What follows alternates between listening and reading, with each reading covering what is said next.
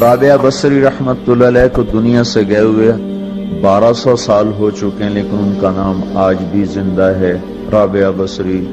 گلگت کی عورتوں کو بھی پتہ ہے رابعہ بصری کوئی بڑی اعلیٰ درجے کی خاتون تھی، پنجاب کی عورت کو بھی پتہ ہے، عرب کی عجم کی عورتوں کو پتہ ہے رابعہ بصری نہ کوئی شہزادی تھی، نہ کوئی ملکہ تھی، نہ کوئی وہ خوبصورت تھی، نہ کوئی خاندانی تھی، بلکہ عورت ہونے کے لحاظ سے ہر عیب اس میں تھا۔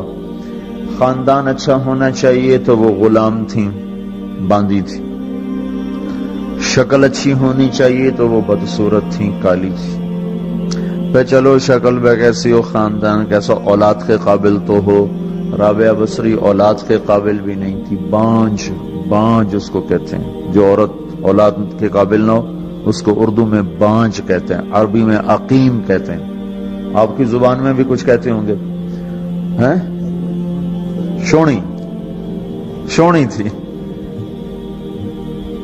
تو اب بتاؤ عورت ہونے کے لحاظ سے کوئی چیز ہے؟ شکل، پہلا تاثر شکل کالی، دوسرا تاثر خاندان غلام، تیسرا تاثر اولاد کے قابل نہیں، بانج ہے، شونی ہے۔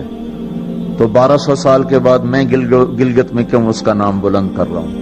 میں نے کسی بادشاہ کی بیوی کا نام تو نہیں لیا، سکندر کی بیوی اور بنو امیہ اور بنو عباس کی ملکہ اور بیگمات، ان کے نام تو نہیں لیے، میں کہہ رہا ہوں رابعہ بصری۔ ان کی عادت یہ تھی وہ روزانہ عشاء کی نماز کے بعد غسل کر کے کپڑے بدل کے اپنے خاوند سے پوچھتی آپ کو میری ضرورت ہے؟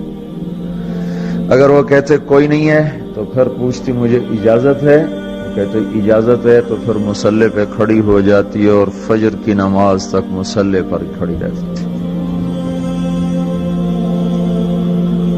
ان کا خاوند جلدی فوت ہو گیا، جوانی میں ہی بیوہ ہو گئی، تو حسن بصری بصرہ کے امام، کیا سارے مسلمانوں کے امام تھے، وہ خود آئے، خود چل کے آئے کہ میں آپ سے شادی کرنا چاہتا ہوں۔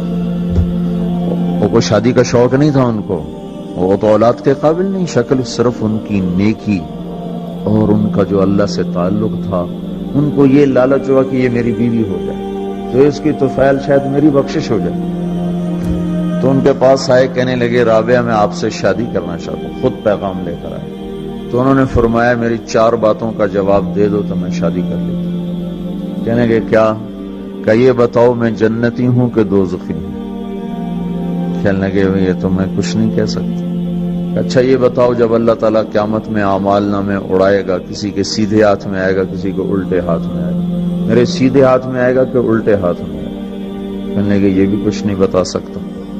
کہنے لگے اچھا یہ بتاؤ جب اللہ نیکیوں کو تولے گا، کسی کی نیکیاں بڑھ جائیں گی، کسی کے گناہ بڑھ جائیں گے، میرے گناہ زیادہ ہوں گے نیکیاں زیادہ ہوں گی؟ کہ یہ بھی نہیں بتا سکتا۔ کہ اچھا یہ بتاؤ جب لوگ پل صراط سے گزریں گے، کوئی پار نکل جائیں گے، کوئی نیچے گر جائیں گے، تو میں پار نکلوں گی کہ دوزخ میں گروں گی؟ کہنے لگے یہ بھی میں نہیں بتا سکتا۔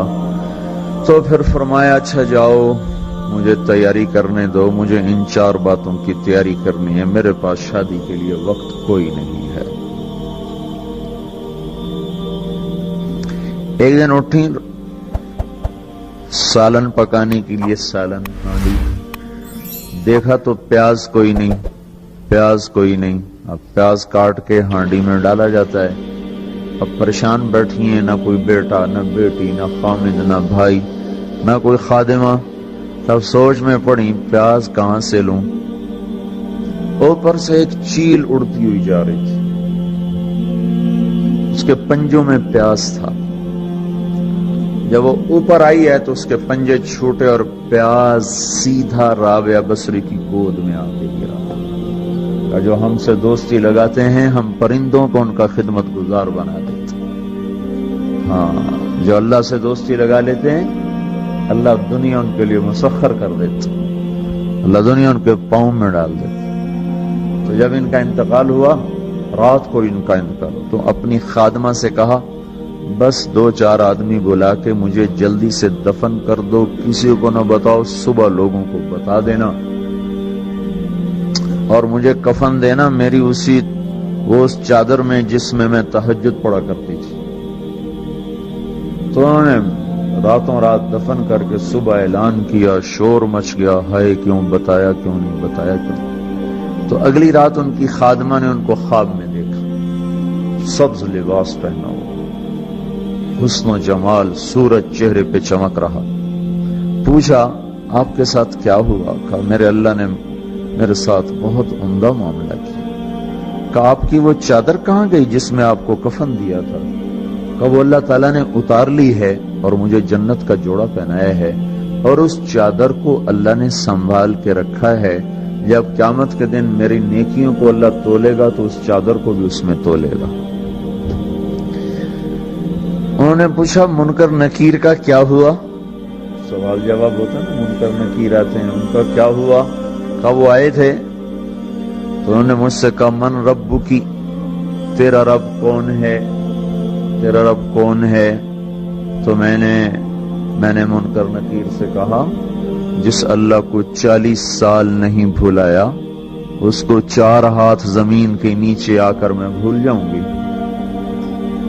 یہ نہیں کہا ربی اللہ ہے، بلکہ ان کو یوں کہا کہ جس رب کو 40 سال میں نہ بھلا سکی اس کو 4 ہاتھ زمین کے نیچے آ کر میں بھول جاؤں گی۔